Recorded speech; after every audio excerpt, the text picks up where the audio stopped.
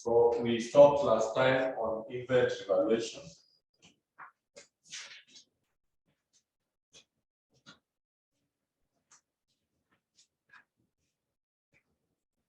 And on inventory valuation, we say that inventory is valued using how many methods?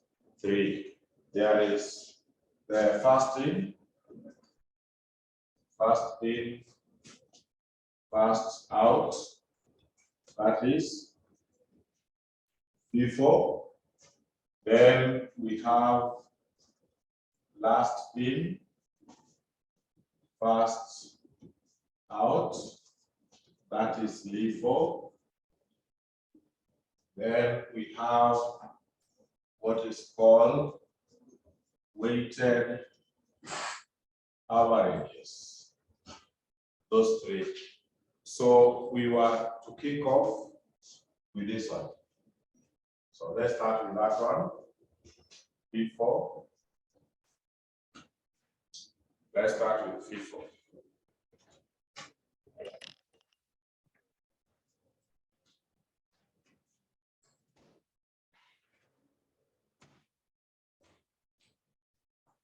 So FIFO is where we were supposed to start from. So right there and say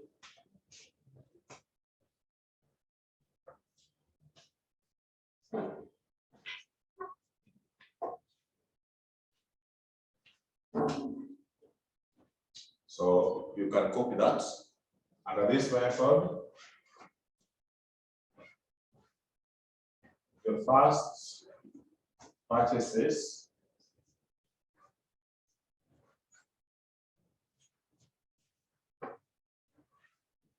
must be sold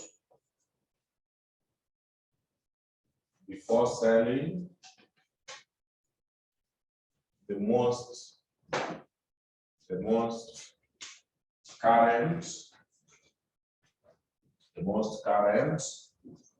purchases, stock consignment.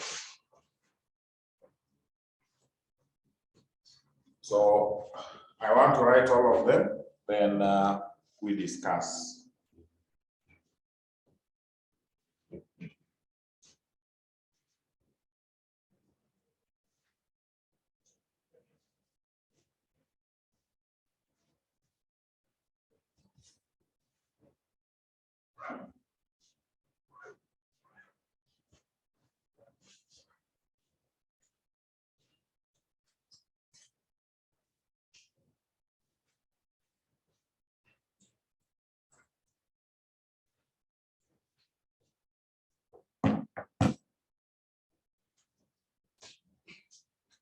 Just copy. I want to write all of them, the 3.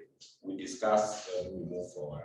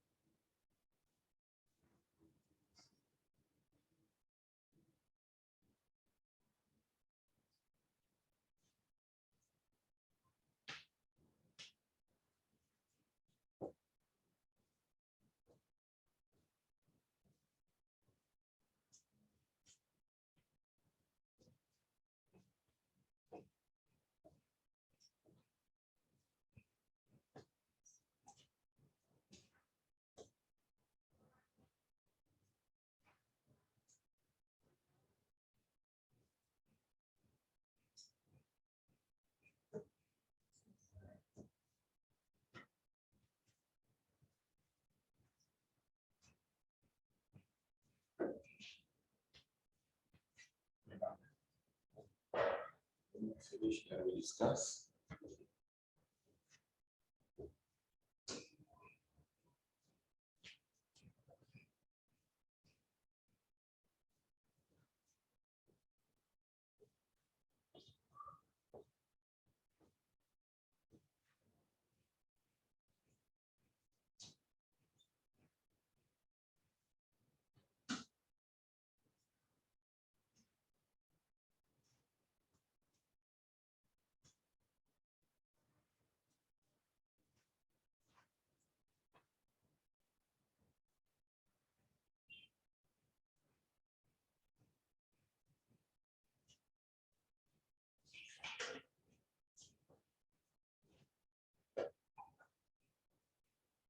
Good.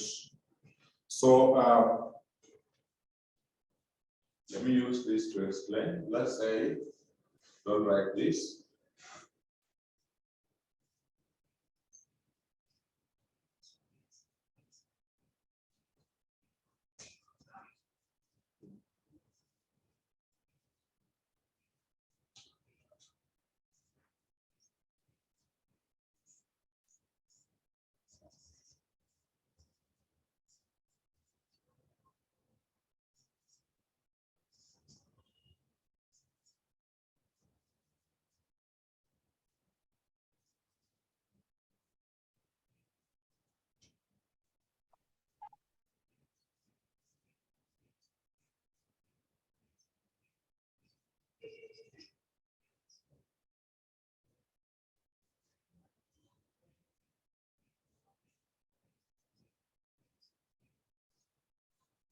Assuming that a company is purchasing goods, they buy goods, then they sell.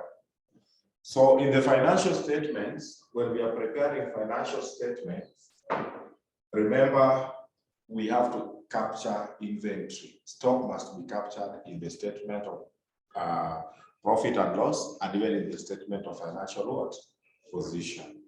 So the examiner tells you that these people are using FIFO to value their inventory. When you are using FIFO, the way we have captured here, when you are using FIFO, we are saying that under this method, the first purchases must be sold before selling the most current purchases or consignment. The value of closing inventory is considered with the value of the most current purchases. What does that one mean? When you're using FIFO, first in, first out, it means the goods we purchased first. The one which came first must be sold before we sell the most current. Kama kuna zenye tulileta last month, hizo ndio tunauza kwanza, ilikuja jana zingoje. Tunaelewana? So that is FIFO. The first in, first out. So if the company is using first in, first out, then it means then maybe the examiner tells you that the company goods purchased in a month is sold in the following month. If you purchase in this month, you sell it in the following month. Then again, they tell you that the financial year of the company was ending in December. Then you have something like this. So it means the ones which were purchased in October will be sold in November. The ones purchased in November will be sold in December. December will be sold in January. But you see the books are being closed in December. Then they are using FIFO, first in, first out. It means this one must be sold in November. And the one in November must be sold in December. So when we are closing in December, the ones which will be remaining in December is so the two, because they're using first in, first out. So the closing stock will be represented by what value? Yes, so it means this is the closing stock in December. Well, this is the closing stock in December. If they are using LIFO, now LIFO is the opposite. Last in, first out. That the one which came today must leave before those other ones. Which business uses that? Hardware. Sure. Hardware, when they bring the iron sheets, do they remove the ones which were down when they want to sell, or they just continue?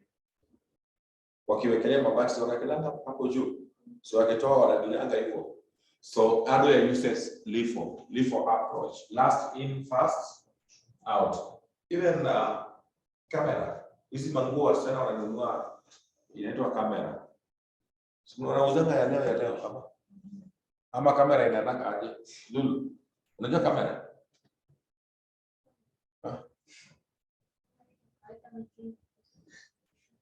Hebu uliza nini?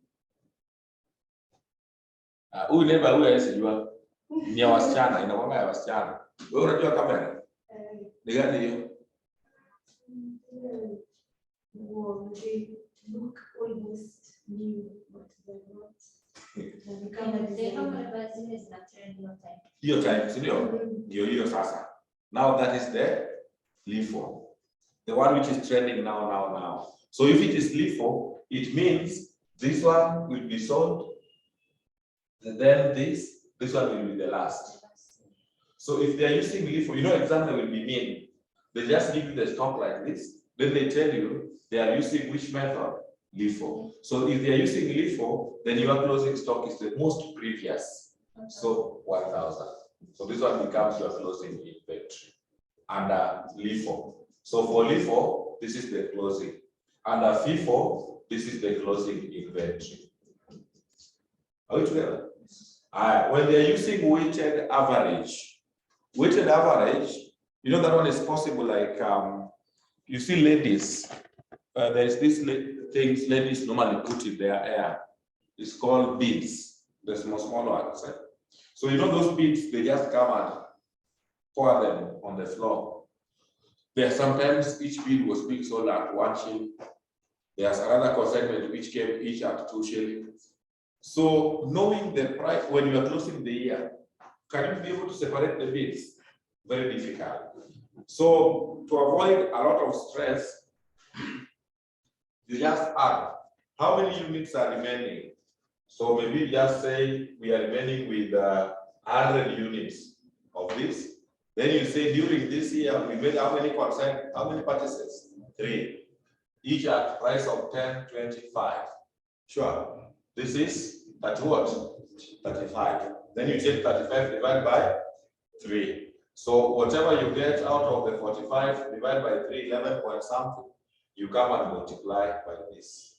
So if you are using weighted average, then the closing stock, you check the units remaining in the stock, then you multiply by the average what? Price.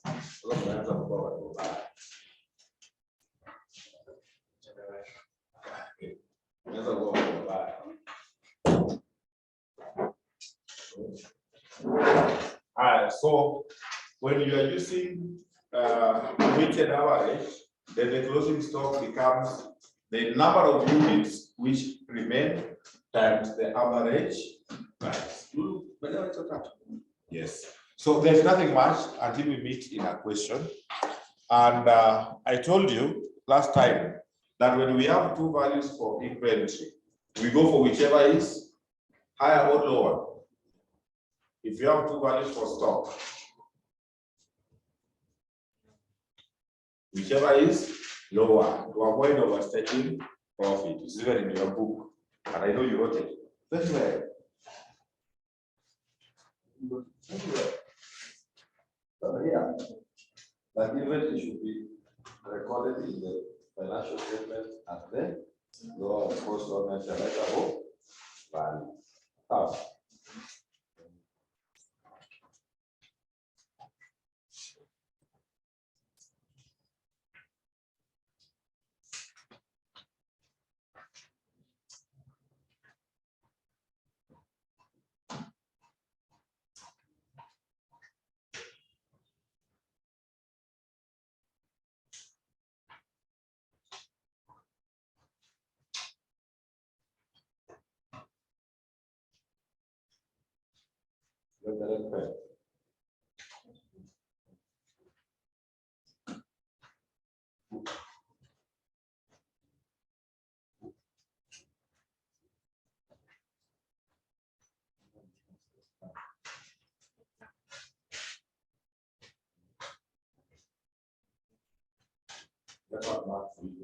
so that I can check myself.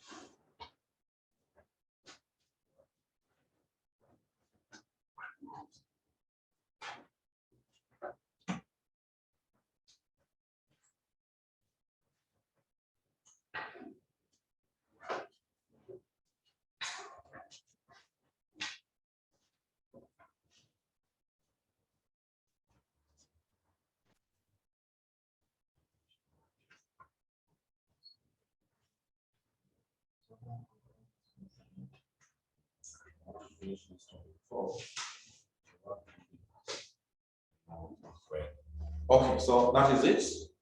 That is it, and that explanation over. So those ones, most of them, I want you to get time to read what we have written. They will apply in topic 5 when we'll be doing the final accounts of the sole trader, companies. They'll be much applicable. So I want you to get time to read them. But for now, I want to introduce something else. So something else which I want to introduce .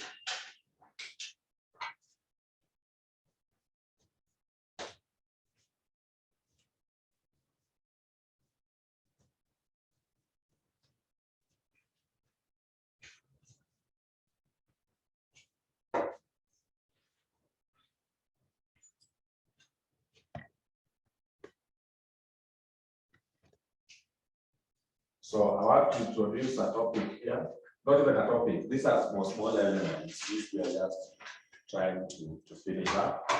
There is financial assets and financial liabilities. Brackets, it is known as financial instruments.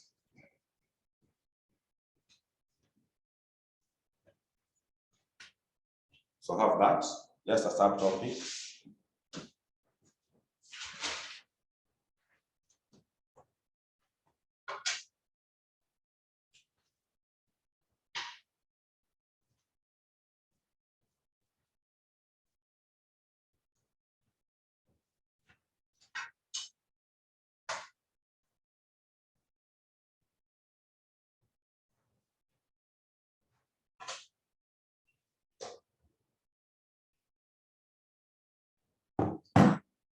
So right there, say, no, this one, don't write fast, let's discuss. So when we talk of financial instruments, I know mostly ladies are not fond of watching some things which we watch, like news and the rest. During presidential debates in Kenya, there is a deputy president who said that in the first 100 days in the office, we will give out bonds. I know you don't know that. People are just clapping without even understanding what is being said. Now, bonds are financial assets, or financial instruments. When a country wants to borrow, mostly a country, when a government wants to borrow, they borrow through what we call what? Bonds. When the companies want to borrow, they borrow what are called, what is called what? Debentures. So what are these debentures? What are these bonds? So debentures and bonds, they're just the same. The difference is that mostly bonds is for the government and debentures is for these other entities. They are certificates. They are certificates. So the certificate bears the name. If they are bonds, then it will have here, for example, Government of Kenya, 10% shillings, 2 million, 3 years bond. like that, 3 years bond.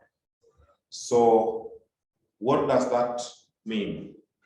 What it means, you as the public, you go and deposit in the government's account by a central bank, how much?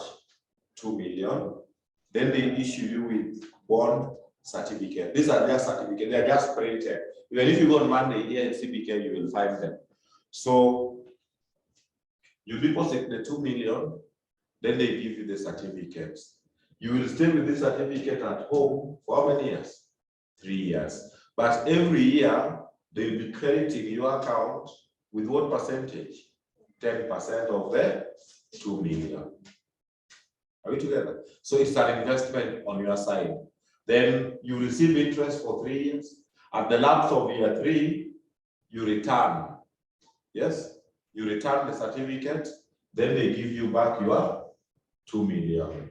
So that is called redemption period. So the our main issue is what are these financial instruments and how do we account for them in the financial statement? In Kenya, they normally come up with a lot of issues after stealing from us. You remember the other day they were talking of something called Eurobond. I don't know if you heard of that story. They are saying those bonds were given out. The interest which is being paid by the government is what is being seen in the books, but the amount which was received from the public cannot be traced. Treasury bills, those are still financial what? Instruments. So these are just certificates which are normally used by entities or by government to borrow from the public. They are legally binding. So once you issue them, you receive money, then you start paying what? Interest to that person. For the period you agree, then after the lapse of the period, the person returns the certificate, then you refund the principal amount. Are we together? Yes, so right there and say, a financial instrument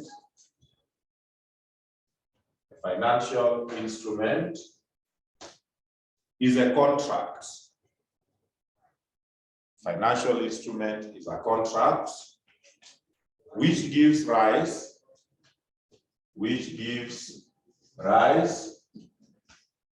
to a financial asset or a financial liability.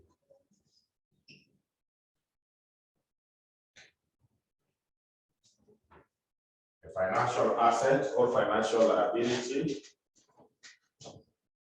to the entities, stroke parties.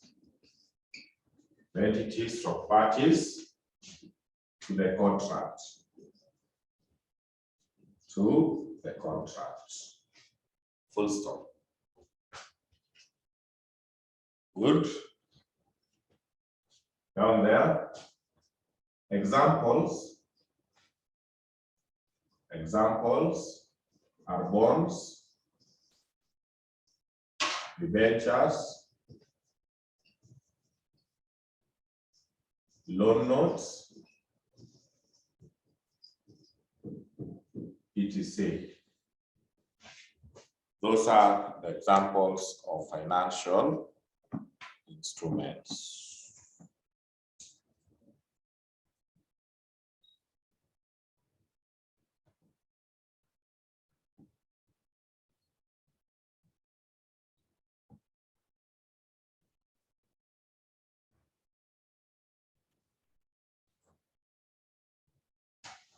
So right there,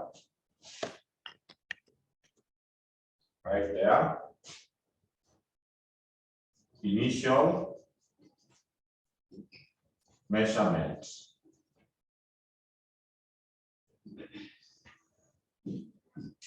Initial measurement.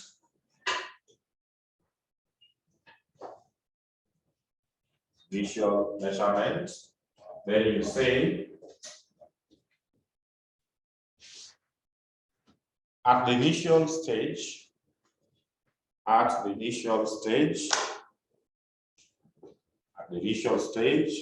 all financial instruments must be measured at their fair value. Must be measured at their fair value, which is the market value. The market value. Full stop. And in the subsequent periods,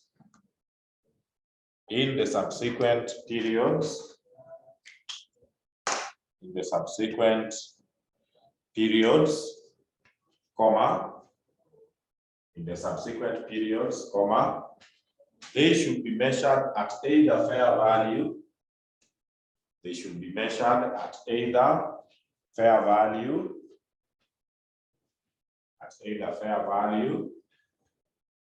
or at amortized, costs,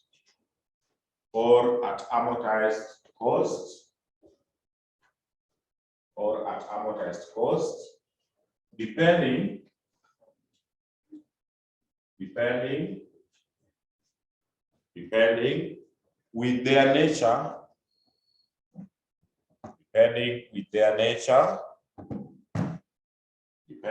with their nature, of classification. Full stop. Another effect. Amortized cost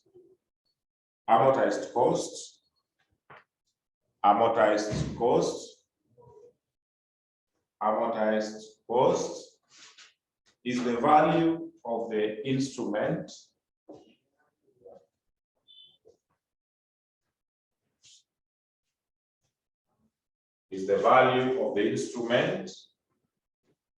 after taking into consideration the nominal value of the instrument. Nominal value is the face value. Nominal value is the face value of the instrument, and related finance charges, including interest.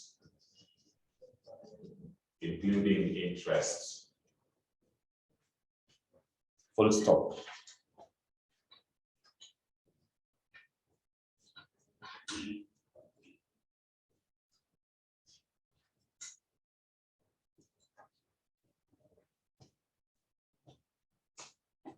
So examiner will ask you, explain how financial instruments are initially measured and subsequently measured in the financial statements. So measuring means at what value should you capture in the books. So initially is when you obtain that certificate for the first time. So if you get it for the first time, then you use the market value. Market value is dictated with the stock market's value. So the value which is in the stock market as per that day, that is the value you consider in the financial statement. So at the initial stage when you obtain, you measure the market value. In the subsequent periods, that is the years to come, we recognize them as either fair value or as what?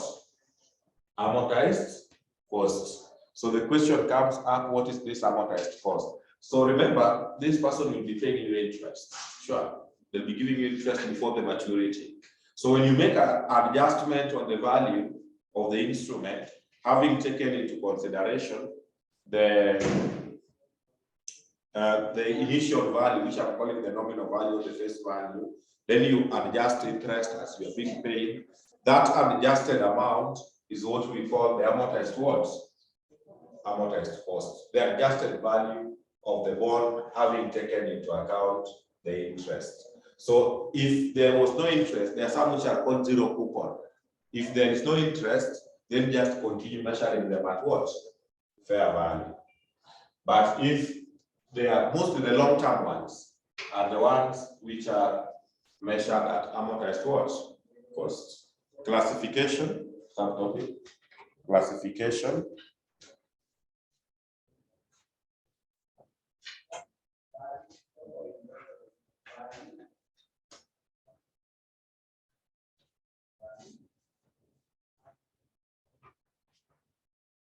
When you say currently,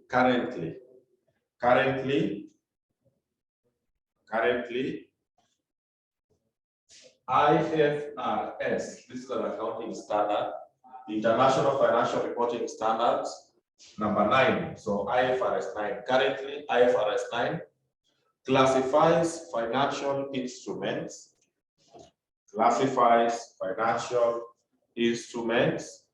into two categories,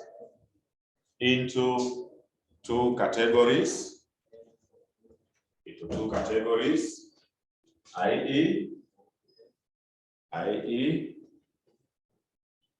financial, that's number 1, financial assets at fair value through profit,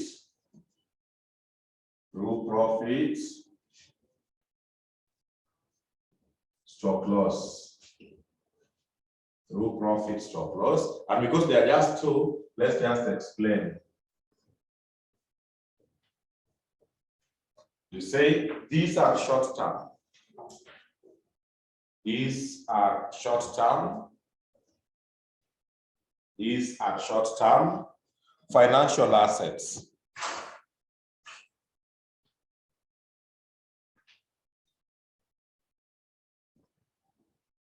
These are short-term financial assets.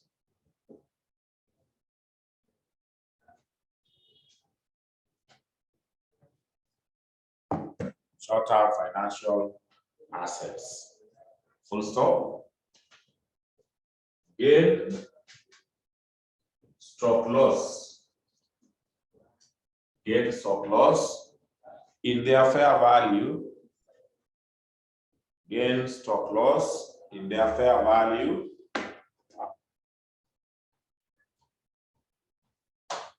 Gain, stroke loss in their fair value is recognized in the profit, stroke loss account. Profit, stroke loss account.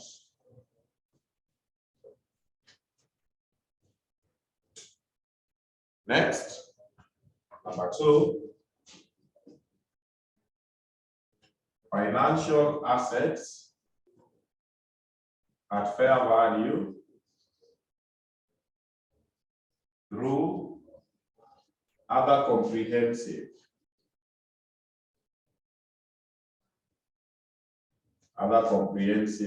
income.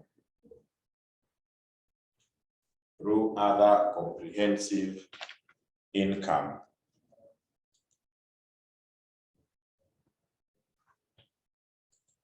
Then you say, these are long term. These are long term. These are long term financial assets. These are long term financial assets. Long term financial assets, which are measured at amortized costs.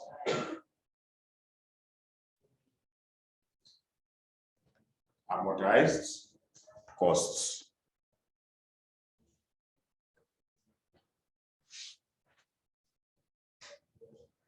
Full stop. Full stop. Full stop. Full stop. Stop. So those are the two classifications. Those ones you will just read. There is nothing much I can do about them. You will just read them for your own convenience. Subtopic, the recognition of financial instruments.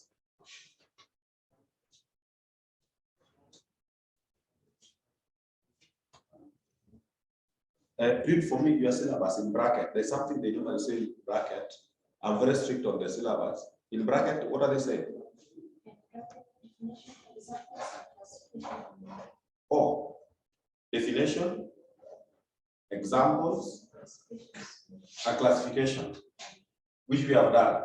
We have done the definition, I've given you the examples, and the classification. But let me just add something small, which I wanted to finish with. The recognition. The recognition. Recognition, you say, this is the removal. Actually, what I'm doing, students, I'm trying to clear the small issues. There are some heavy work ahead waiting for us. So I want to clear these small things. Then we remain now with the bull itself. I don't want to mix them up. So these are small stories. So the recognition, you say, this is the removal. This is the removal of a previously recognized instrument. Previously recognized instrument. Previously recognized instrument from the financial statements.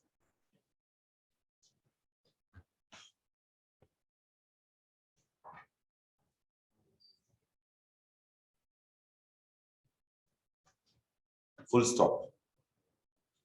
Circumstances, subtopic circumstances under which a financial instrument may be removed from financial statements. No, the word removed is too cheap. Circumstances under which a financial instrument may be recognized. May be recognized. May be recognized.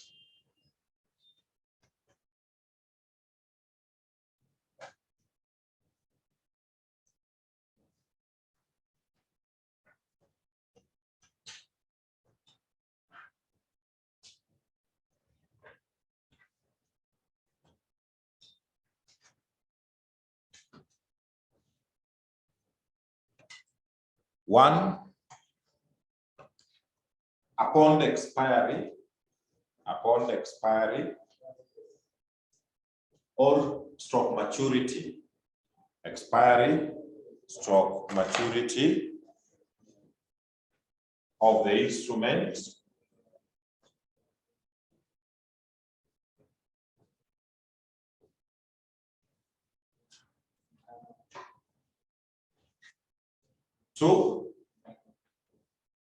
number two,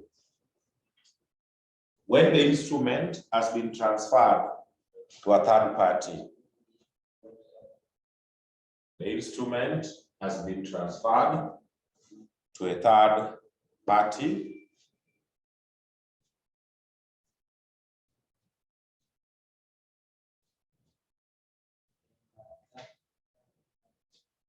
And finally, when either party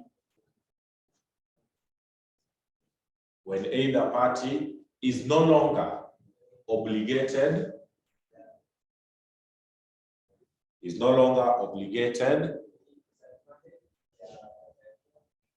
to receive stroke pay any cash related to the instrument. Any cash related to the instrument. Full stop. Full stop. So that's the farthest I can go for section 1. We will do much of it in section 3, financial reporting, and ahead you still do this topic twice in accounting. So for now, let it rest at that stage. So that one is over like that. I'm going for another one. The small ones I'm clearing. Intangible. No, check for me. You know, I want people to wake up. Check for me this standard from your Google platform. This standard is talking about what? IS 38. It's about what? I just want you to capture that word in your Google platform. Then you tell me what they are talking about. Just Google for me IS number 38, then what you get, can you check whether it is conforming with what is in your syllabus? Topic number 4.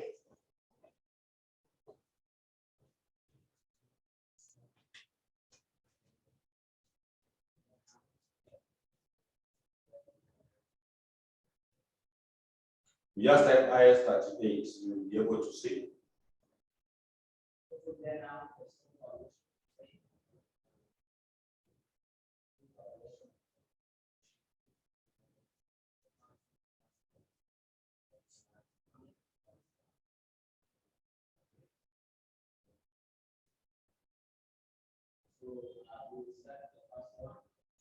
So you have gotten there? No, your phone should bring that very fast. Intangible assets, yes. IS number 38 is about intangible assets. Lulu, can you confirm for me in your topic 4? Is there intangible assets? Yes. So write for me there. So this one, IAS. Okay, we have 2 accounting standards, IAS and IFRS. So IS is just International Accounting Standards number 38. Intangible what? Intangible assets. Intangible assets. Do you know we have assets which are intangible? You don't know that? Huh? Like which one? Internet. You cannot catch it. But you cannot catch it. So right there and say, that's right. The objective, we are writing, the objective of IAS 38, the objective of IAS 38, the objective of IAS 38 is to prescribe the accounting treatment,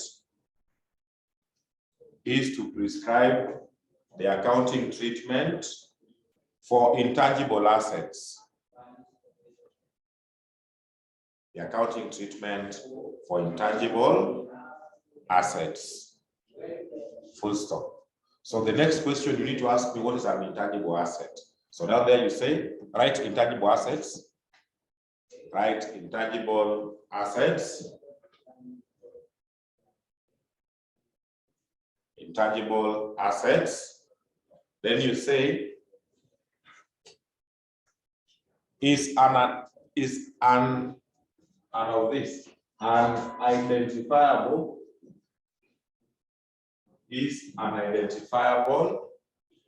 non-monetary asset, identifiable non-monetary asset, and monetary asset without physical substance. Without physical what? Without physical substance. Without physical substance.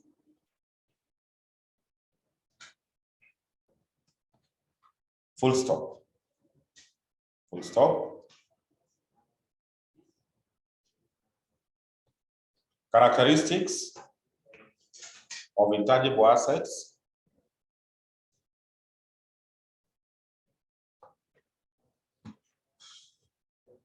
Characteristics of intangible assets.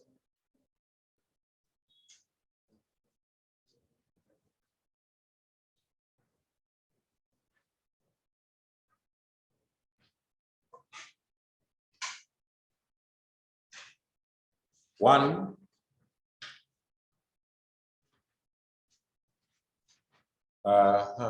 right this way, number 1, identifiability. Yes, identifiability. Identifiability. That's correct.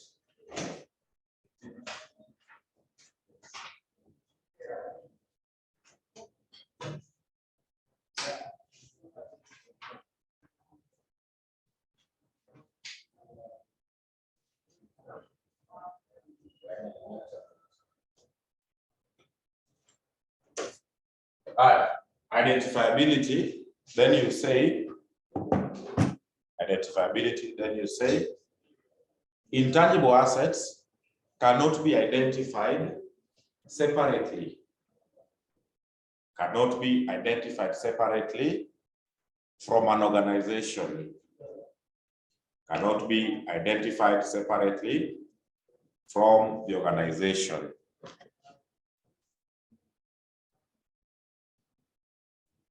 Neither can they be transferred. Neither can they be transferred. Full stop. That is one characteristic. So, you see, like right now, let's be very honest with ourselves.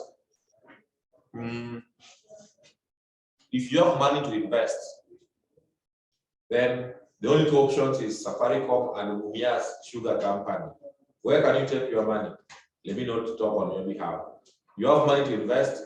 God has just given you 20 million from nowhere. You want to buy shares. Can you buy shares in Safaricom or in Mumia's sugar?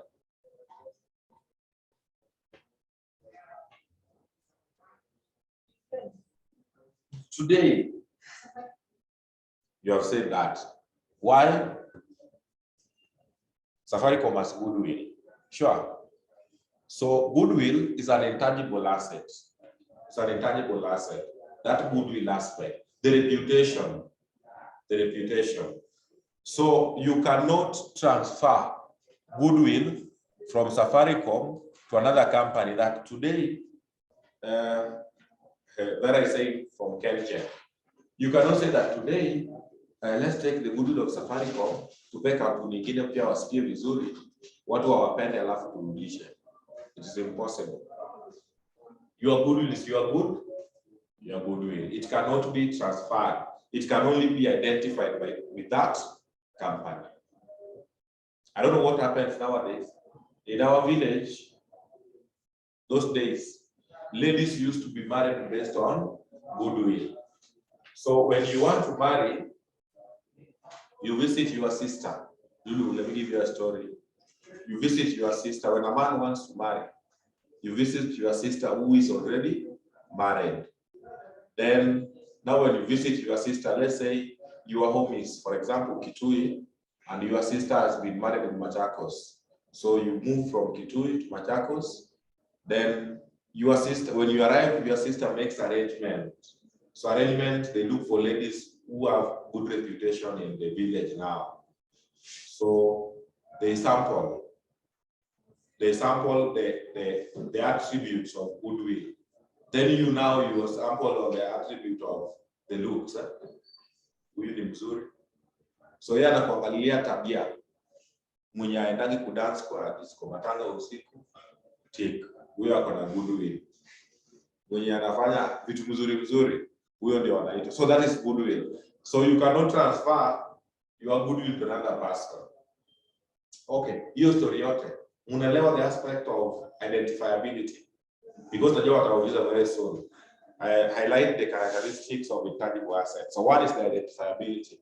You cannot recognize intangible assets separately from the organization. It is one and the same. Number two, there must be expectation. There must be expectation of future economic benefits. Expectation of future economic benefits. Future economic benefits. Let me bring my charger. I put my phone to charge.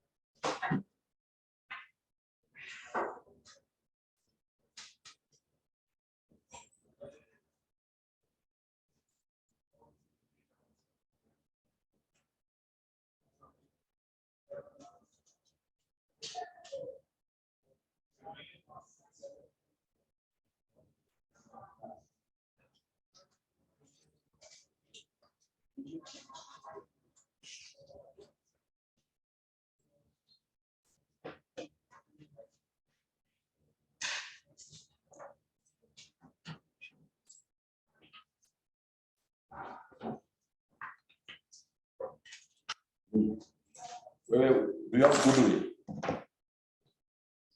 Ama mtu akikuja kwa village asema huyo hapana.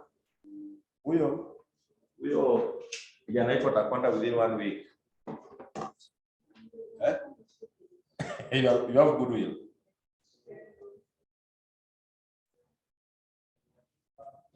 But this kamas mtu anataka si atafuta goodwill yake.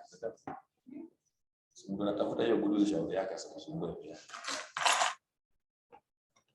Haya, number 2 tumesema nini? There must be expectation of future economic what? Benefits. There must be something you expect. Even if you have patents, you know, patents is also an intangible asset. When do you have patented rights? When you are coming up with a certain innovation, there must be something you are expecting from that. Next and last, there must be control. There must be control. There must be control, i.e. power to obtain benefits, power to obtain benefits from the asset, power to obtain benefits from the asset, power to obtain benefits from the asset, full stop. Those are the characteristics. Examples of intangible assets.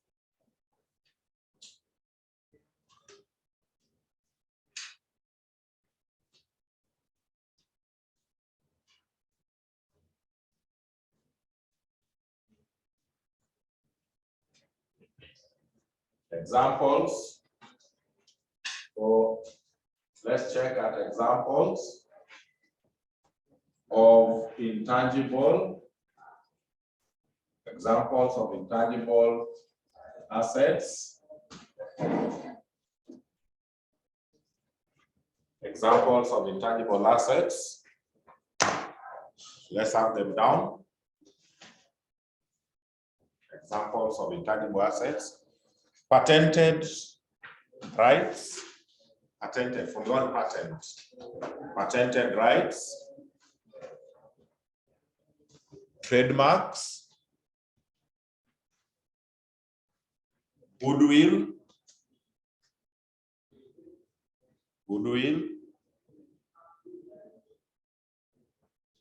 Franchise agreements.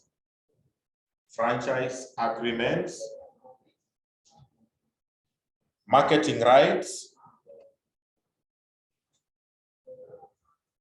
etc.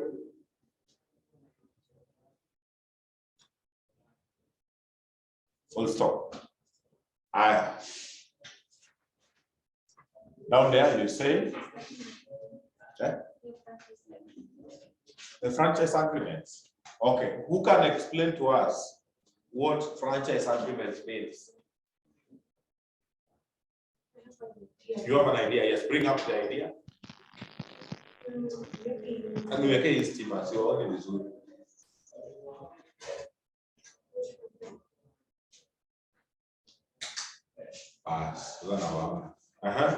The idea. Certain people come together to somehow invest in a company or company Or something like that. petrol stations, how they are owned. Yeah, you have the idea, but it's not coming out. It's not coming out very well. To franchise, it's not even something very serious. If let me just give you a very basic example, which you can't even imagine of. Do you know? Are you aware? Because I know you people are very good in social media. Aren't you? You're good in social media. You're not. How about you? Apple Facebook. If you're not there.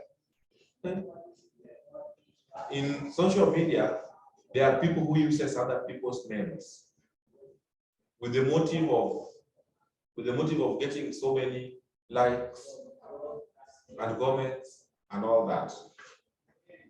So sometimes you see people on Facebook and you think they are the person you're imagining of, and they are not that person. Like the Java you're talking about, KFC. You are aware KFC is a franchise company. There is Yum. Yum, I think, is the original company. So when you franchise, like Destiny, if Destiny has goodwill, like Safaricom, you see Safaricom has a name. So Safaricom can franchise their name to another company. Like, I'm trying to bring good examples you can see. You see Hilton Hotel. When you walk along Mombasa Road towards Mlolongo, you'll see another Hilton there. You ever seen it? Yes, that is not the real Hilton, but you give your name to someone so that people can think that is a branch, while in reality it is not that branch. So if you have that aspect, people are coming to you to use your name, then that is called franchise agreements. It's an asset on you because they will be paying you. Have you understood? So if your name is good, we can borrow your name. We'll be using your name to get money. And people use your name to get money. Let's proceed anyway on a later note. Let's say this.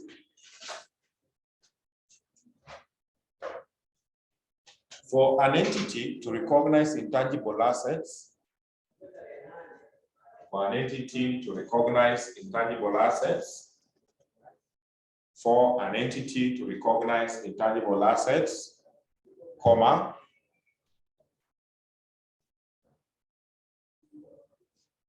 it must satisfy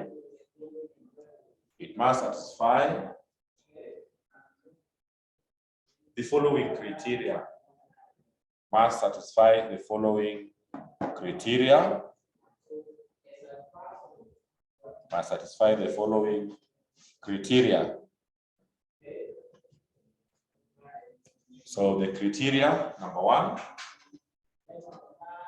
if it is probable that the future economic benefits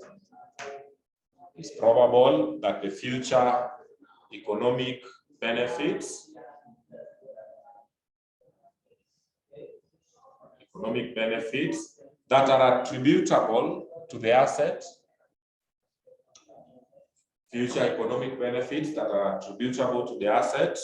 will flow to the entity,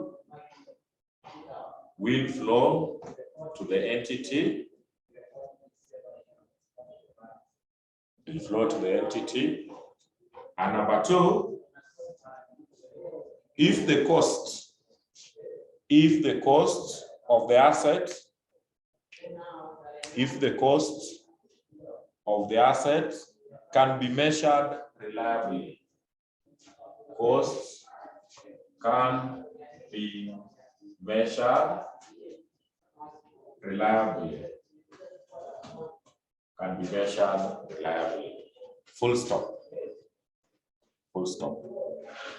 Those two. There must be expectation that you cannot recognize intangible assets if you are expecting nothing. Then there is no need.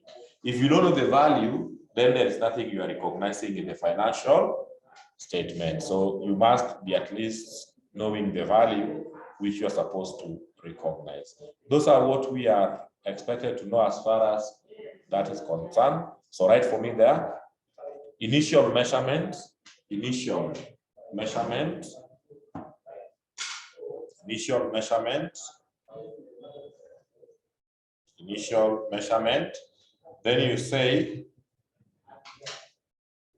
say intangible assets are initially measured at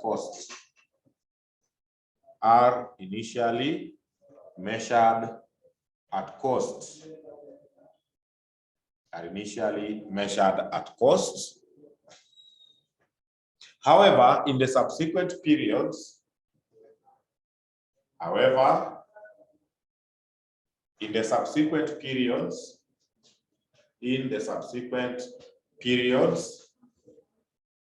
they should be measured using either of the following models.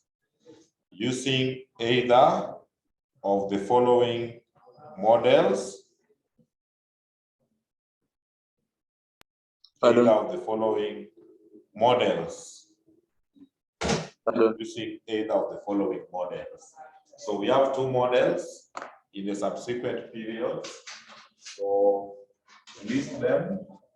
We have what is called the cost model, and we have what is called revaluation. Revaluation what? Model. We have the cost model and we have the revaluation model. So start with the cost model.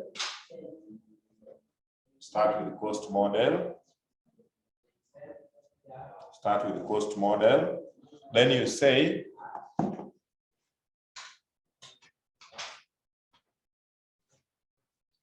they should be measured at cost. They should be measured at cost less accumulated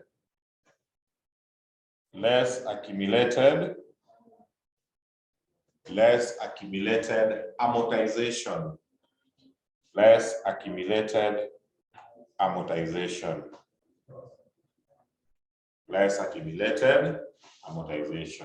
Full stop. So maybe you can write if you want, but amortization is the loss in value. If they lose value, those intangible assets, when they lose value, then we say that they have undergone what? Amortization. So, yes? Depreciation and amortization. No, depreciation is for tangible, this ones. Oh. Tangible assets. Tangible assets, when they lose value, we say depreciation. These are the ones we talk of, amortization or impairment. Yes, to intangibles. Then, revaluation model.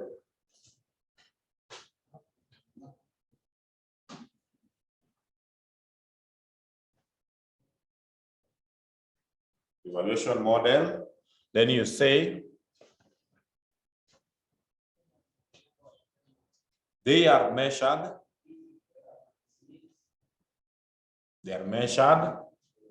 at their prevailing market values.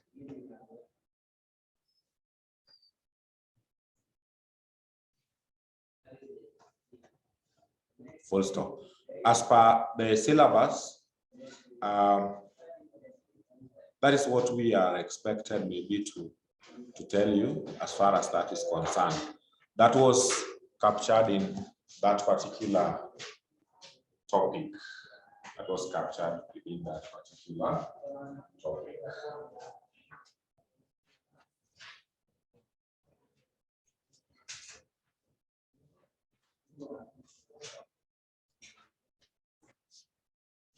So I want us to go to what is remaining in that, yes, in that part of the syllabus. We are very strict on the syllabus. Property, oh? No, the first one there.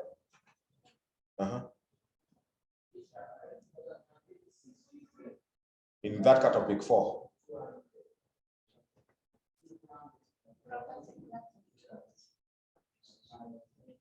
Property, plant, and equipment. So check for me. So here people are allowed to use phones. We are in digital era. Check for me in your Google platform, kindly. Again, check for me IS number 16. IS, yes, the accounting standards, international accounting standards number 16. So just Google check IAS 16. IAS 16. Tell me what IAS number 16 is talking about.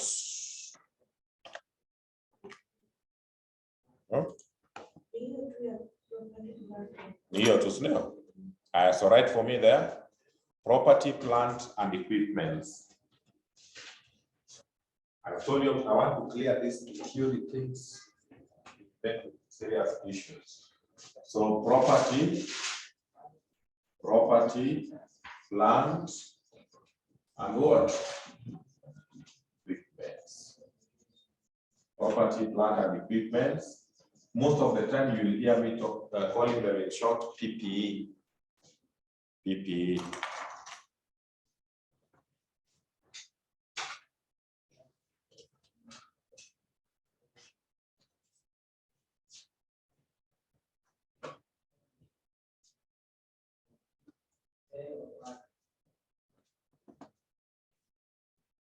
So PP, when we talk of PP are purely the tangible, non-current assets, the tangible non-current assets, which undergoes what? Depreciation. Some depreciates, some appreciates, like land. So we need to check some small issues, but before that, let's have a small write-up and say, this standard, we are writing, this standard prescribes the accounting treatment for property, plant, and equipments.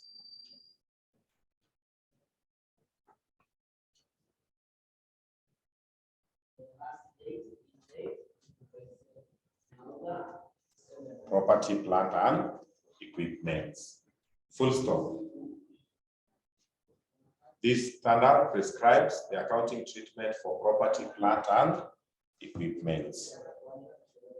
Full stop. Examples of PPE. Examples of PPE includes, please bring them, there are so many. So plant and maybe equipments. Next, bring them. So land, I can combine land and what? Land and buildings, machinery. We have motor vehicles. We have furniture and what? Fittings, popularly known as F&F, furniture and fittings. Those are the examples of property, plant, and equipments. And remember, all of them are tangible. Computers normally falls under this. I don't know why they normally classify computers under equipment, but still you can bring them separately. There's no big deal there.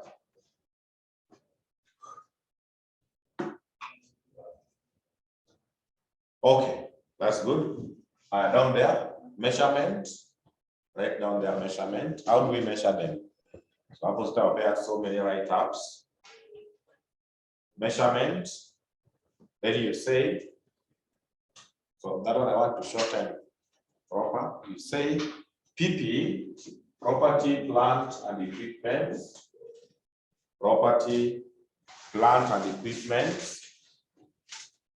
Property, plant, and equipment are measured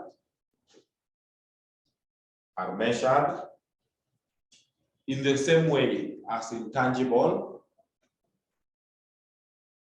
the same way as intangible assets, same way as intangible assets, i.e., that is, i.e., using the cost and revaluation models. Using the costs and revaluation models.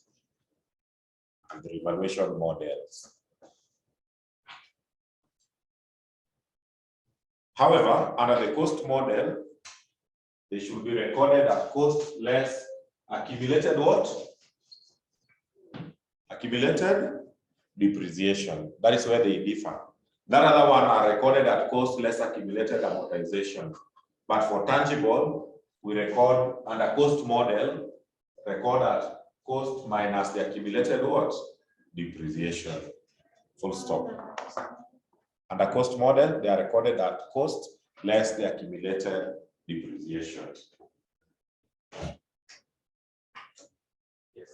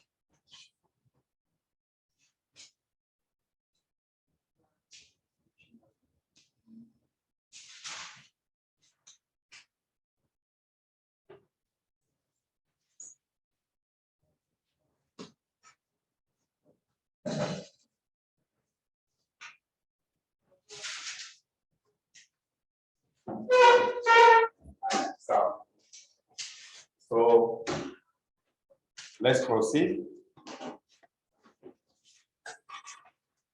Another thing you say, the standard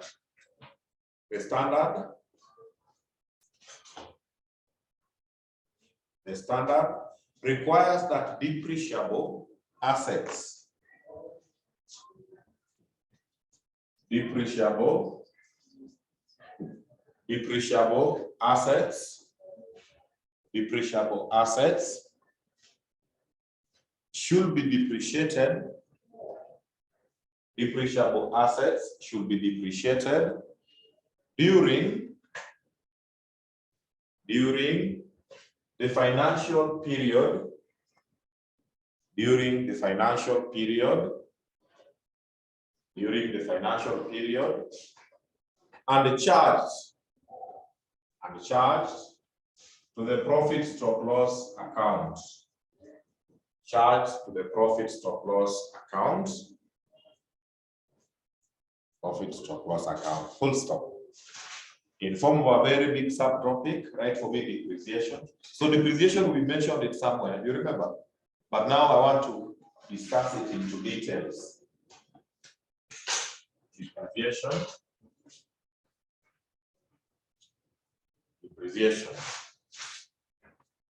We discuss now into details. Actually, that's a whole topic. It's a serious topic which you must take with lots of concern. You say depreciation is the amount that tangible assets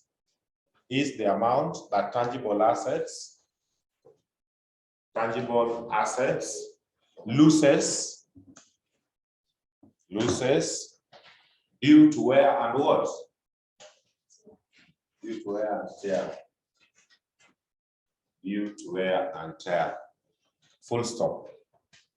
Down there, causes of depreciation. Causes of depreciation. So I want some to come from your side. What do you think? What causes depreciation? What makes assets to lose value over time? Let me get it from your side. You can also attempt because we are learning. What makes assets to lose value? Overusing. Overusing. So if you don't overuse, it will never lose value. Outdated. People are. Naomi, what makes assets to lose value? Time. MCA. Start with MCA. MCA. You're talking about what? Time. Time. What makes assets to lose value? Online time, Vera time has been said. Why? Are you the one who has logged in with Vera? Because all the answers you have said are the ones Vera said. You said overuse and time, and Vera also, I can see here, she has time, overuse and time. So, causes of depreciation, yes, what you have said are okay. Let me just frame them up in a good plan. Number one, and that is a frequently asked question, causes of depreciation. One, so you talked of outdated. I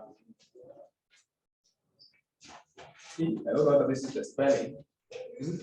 Read this thing. Those who knows English. Obsolescence. That's the spelling. Yeah. Obsolescence. Obsolescence comes from the word obsolete. Obsolete means out what? Outdated. Outdated. Like, but you people are young, eh? Because if I ask, there's a question I wanted to ask you, but it will not resonate with what I want. For example, if I may ask, which was your first phone? Your first phone, the very first. Which Nokia? Lulu, which was your first phone? Let's stop there. Samsung.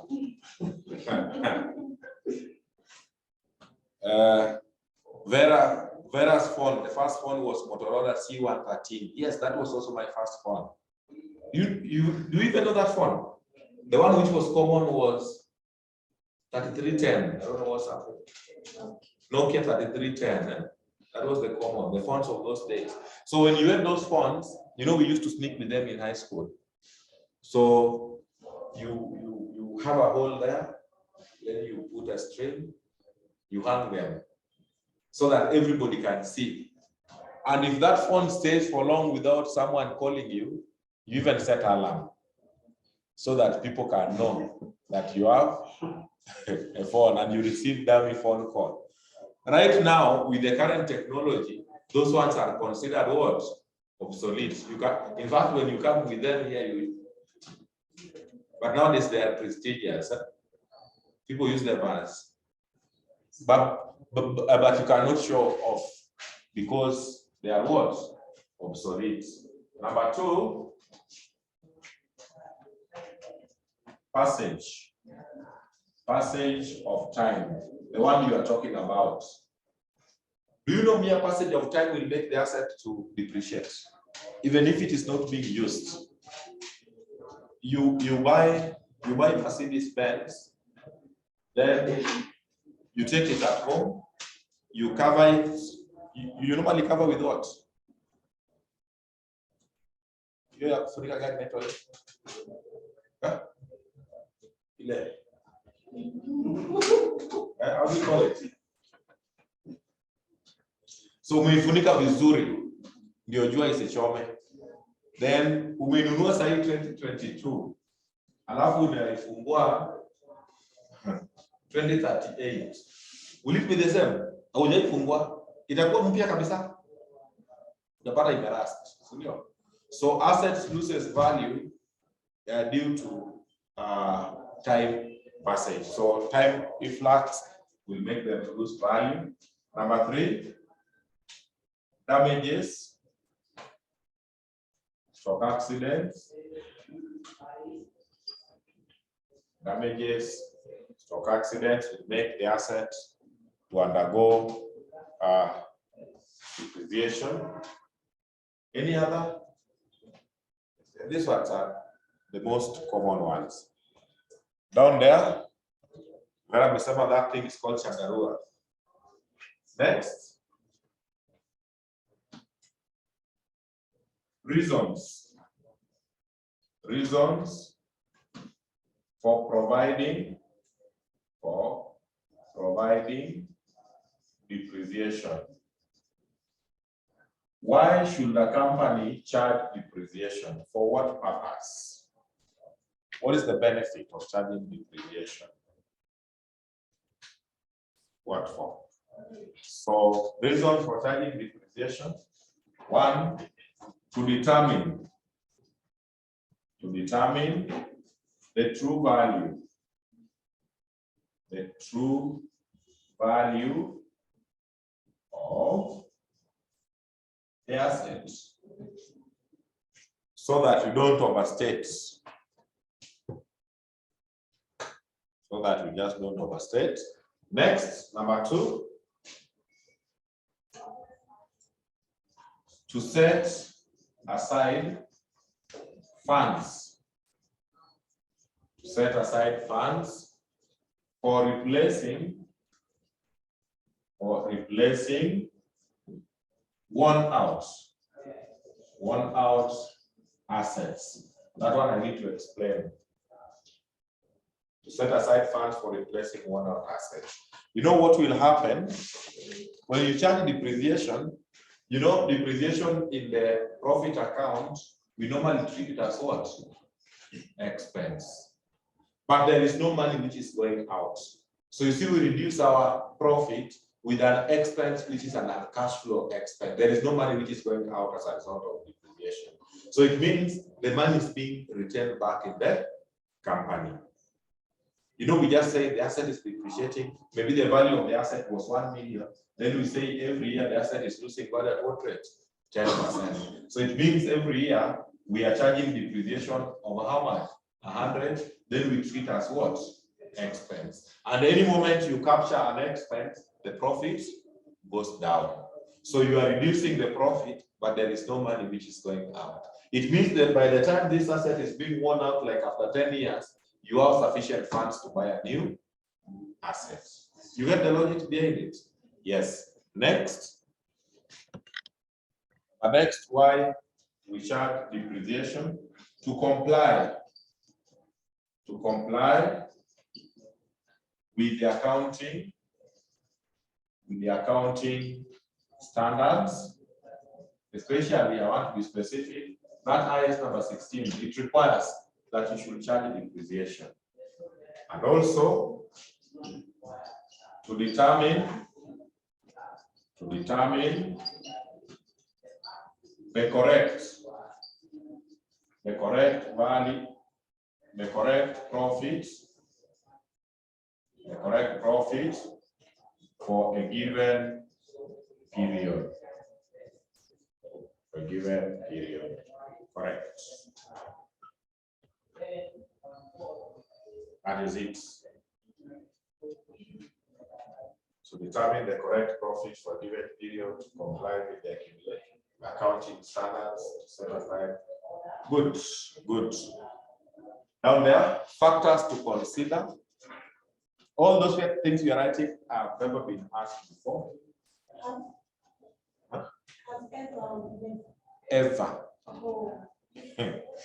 Ever been examined. Factors to consider when charging depreciation. Factors to consider when charging depreciation.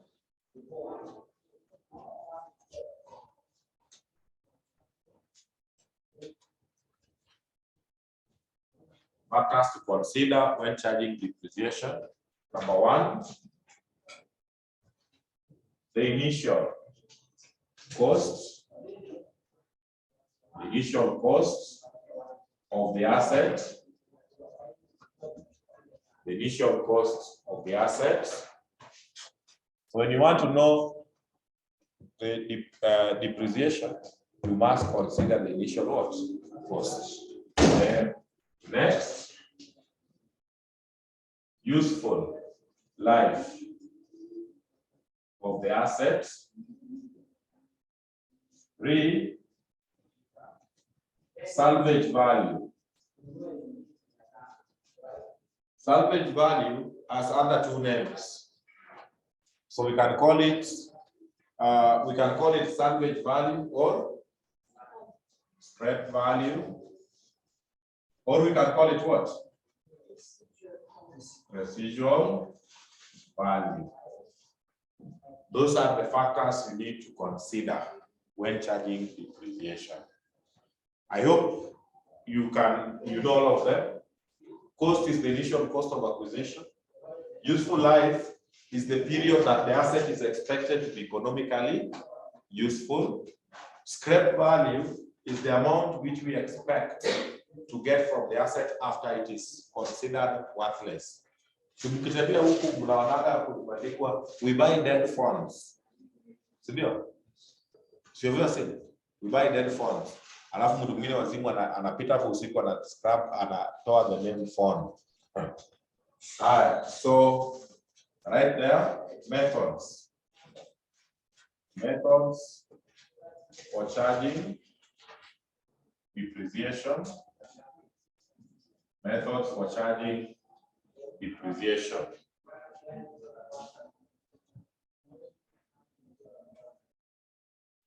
Methods for charging depreciation.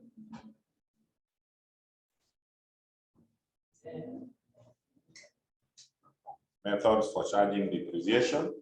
So we have so many methods, but the major 2 are 1, straight line method. 2, reducing balance method. Reducing balance method.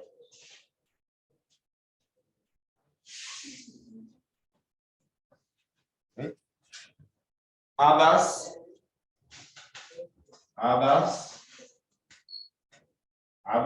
we have depletion depletion method.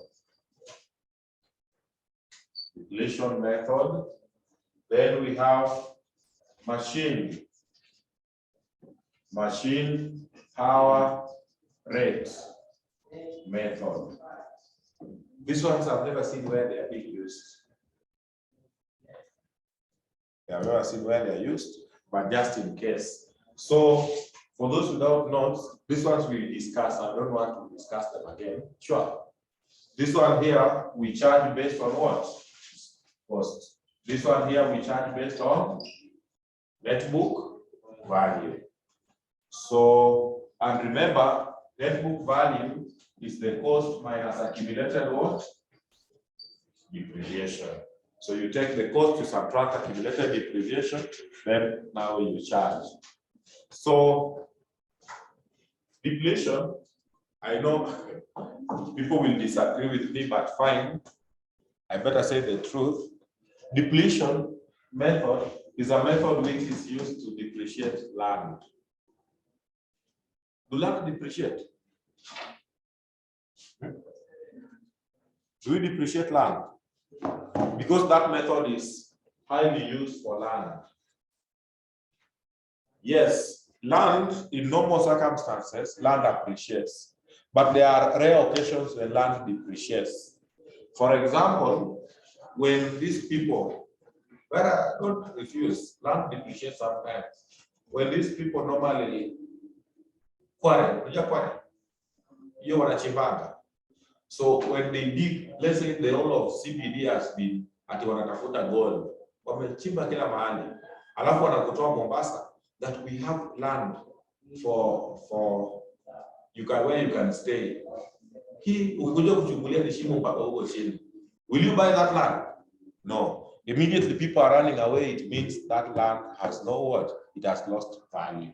So those are the rare occasions. Though they normally lose, then after some time they start appreciating again and all that. So this one mostly is a method which is used to, in fact, I don't want to zero it in on land, but it is a method which is used to depreciate minerals, including land. Just in case someone tries to ask you.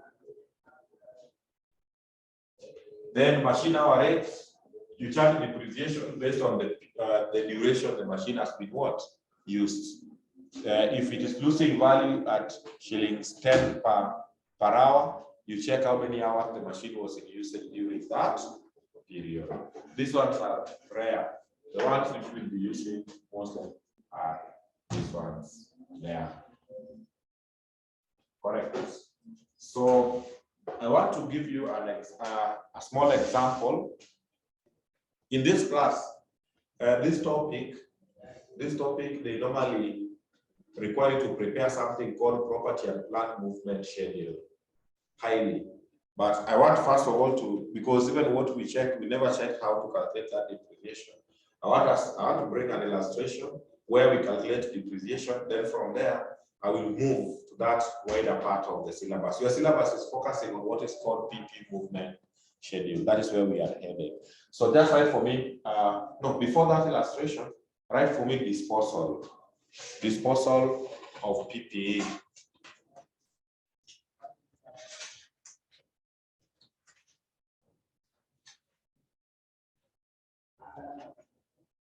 Disposal of PPE, property, plant, and equipment.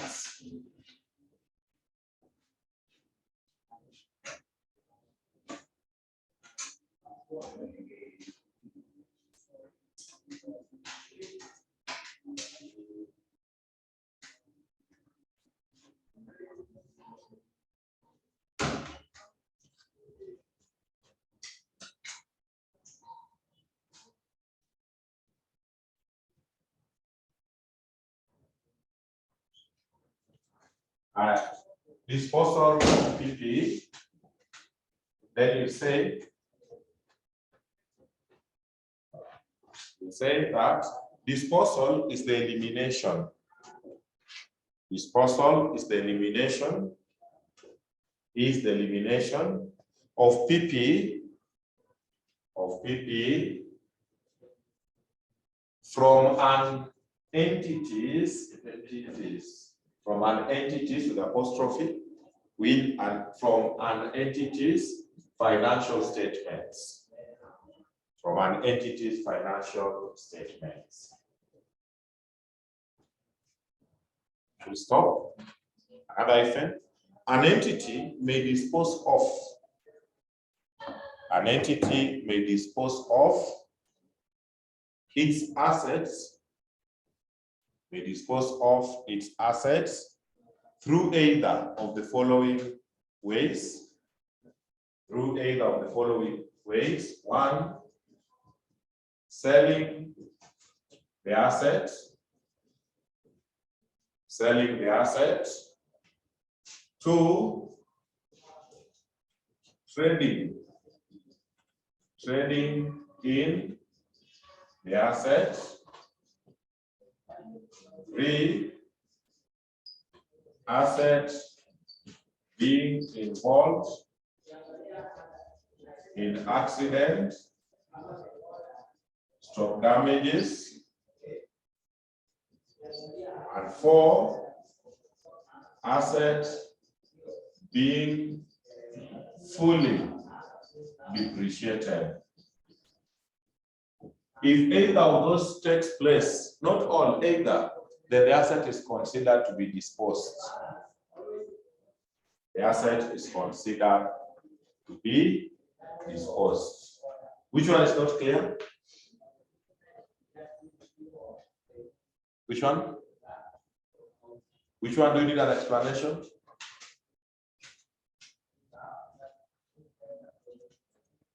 You know the trading? Yeah? Explain.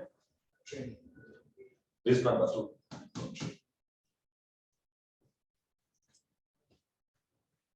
Trading in means you give out your assets, then you top up cash, then they give you another one. Unaelewa? Unataka unasema ulikuwa na ile simu kadogo, si ndio? Sio simu kadogo na Samsung, yes. So roho inataka Samsung lakini wewe uko na hiyo kadogo. So you can trade it in with Samsung. Unampea hiyo kadogo na unamongezea 50 bob na anakupea Samsung. Umeelewa hiyo trading? Yes. So when you trade in, so tukienda kwa maswali ukiona trading, the asset is what? Disposed. If they sell, disposed. When the asset is involved in accident or damage, disposed. Asset being fully depreciated. Any asset which is fully depreciated is considered to have undergone what? Disposal. Correct. Correct. I think nothing much. Nothing much. Right, for me, illustration. I want to give you an illustration for depreciation. Illustration. Right this way. ABC Limited. ABC Limited. ABC Limited provided a schedule of their motor vehicles. Provided a schedule of their motor vehicles.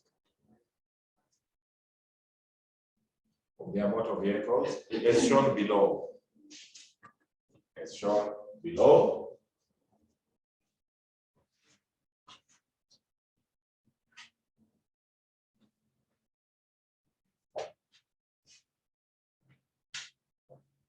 As shown below. So right here, vehicle. Right here, vehicle. Date of purchase. Amount.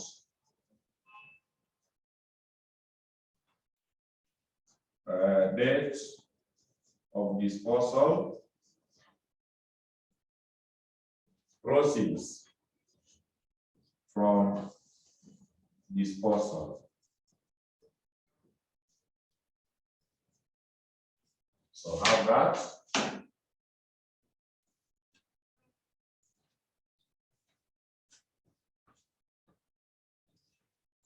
So we have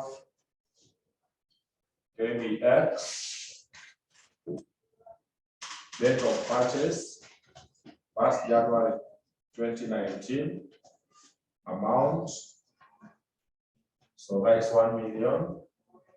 It was not disposed. Then KCQ, 1st October 2020. No, 1st April 2020. Maybe 2 million, not disposed. Then KC, which one? Maybe KCP, 1st October 2020. 3.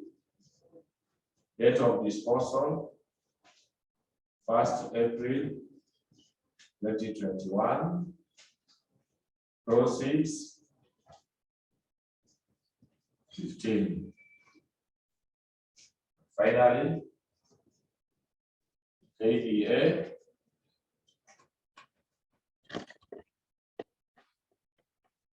KDA, 1st January 2021, 5, nothing.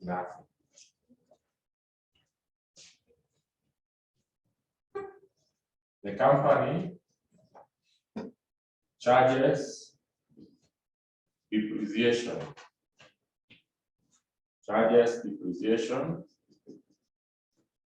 At the rate of 10% per annum on straight line. On straight line.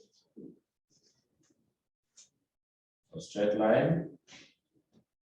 On straight line, applying pro rata basis. Applying pro rata basis. Full stop. Required Roman 1, motor vehicle account. Motor vehicle account, provision for depreciation, account, then 3, motor vehicle disposal account.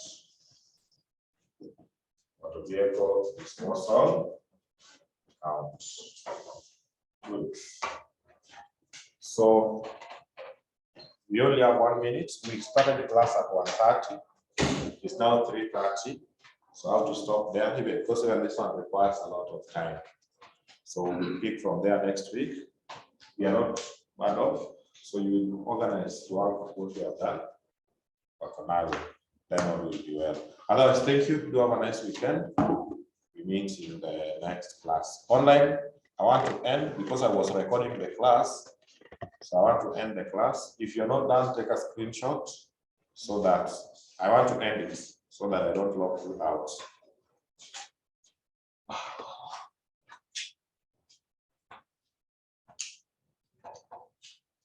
Online, I want to end the class. I hope you are done. Or you have taken a screenshot of the same.